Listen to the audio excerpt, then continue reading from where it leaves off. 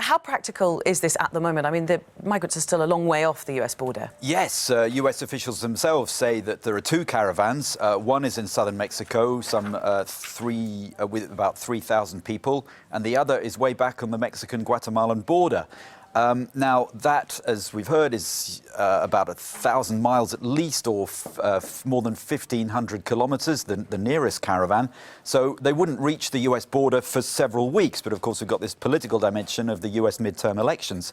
Now, as O'Shaughnessy said there are already over 2,000 National Guard forces. That's the part-time military sent by Donald Trump in April. The numbers now sound huge, more than 5,000 troops, and with 800 already on their way. The question is, what will they actually do? Now, Trump has said you're going to find the military waiting if you come.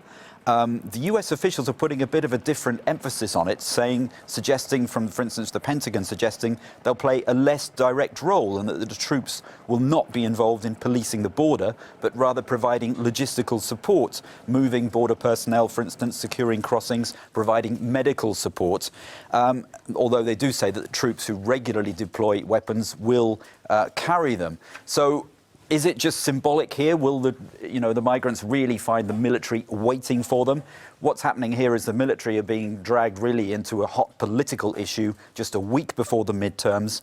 Donald Trump is definitely trying to portray illegal immigration as a threat to national security.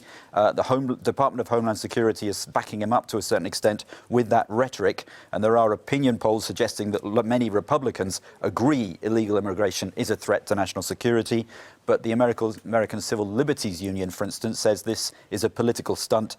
We've got the military furthering Trump's anti-immigrant agenda of fear and division.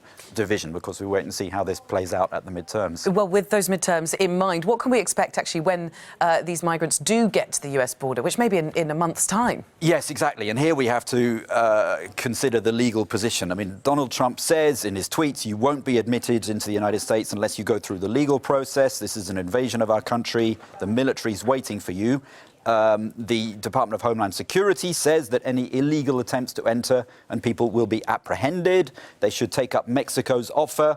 If they're looking for getting in as economic migrants, they should go back to Mexico, go home and apply for a visa. But the key to this is, and even the officials say, if you're fleeing alleged persecution at home, you've arrived at a safe place to make your claim. There's a legal obligation under international law to hear claims of persecution, even if people enter illegally.